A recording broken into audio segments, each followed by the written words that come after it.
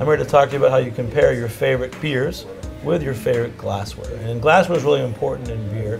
What do you want to say about different types of glassware? Well, I mean, there are a lot of different elements when you're talking about glassware. I think the things to consider first are size, thickness of the glass, and also shape. I think we're going to start off maybe with this lager, and we're going to pour into this glass right here. Unique design about this glass is it's long, it's tall, so it really kind of accentuates the visible appearance of the beer itself. So it highlights like all the qualities that you want out of a lager, which is very light, very effervescent. And that's what we're looking at with this beer. And this is a beautiful Czech lager, and it's a kind of a classic malty lager. Look how beautiful it is. So we were talking about when you have a nice glass, this the appearance. The appearance. And the aroma. Absolutely. And then of course, do I get to taste this? Taste. Beer? The taste, Please. the flavor.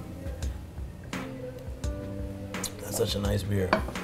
And then we have these other, kind of more like stemware wine glass, typical Belgian tulip glass. What do these glasses represent? How can they accentuate the flavor of beers? Well, when we're talking about these two, you're talking about stemware glasses. So the big part about that is it's meant to be held at the stem because you don't really want to modulate the temperature with your own body heat.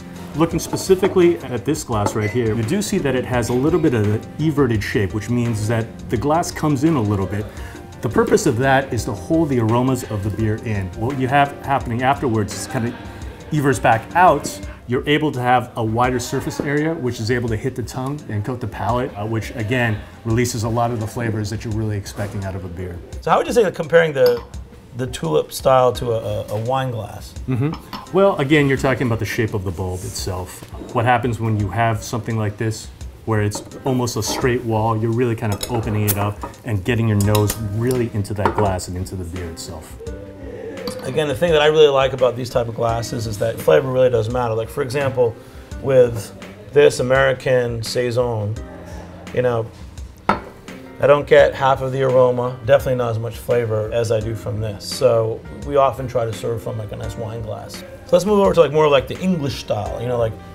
What is it about English stouts that they have their own unique glassware that's pretty different than what we have in America? Absolutely. And different than these wine type glasses. And the big thing that you're looking at with English glasses is size. Traditionally, English beers are lower in alcohol, and so by nature, you're able to have a little bit more of it per round. People always talk about what's an honest pint. I mean, this is a 16-ounce pint. Some people are serving lesser than that, 12, 14-ounce pints. They're not really marked.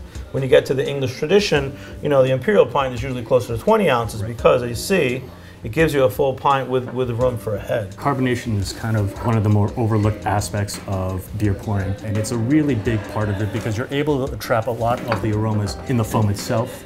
Visually, it's a nice presentation as well. When you're looking at a beer with a full collar of head, just more appetizing to want to drink.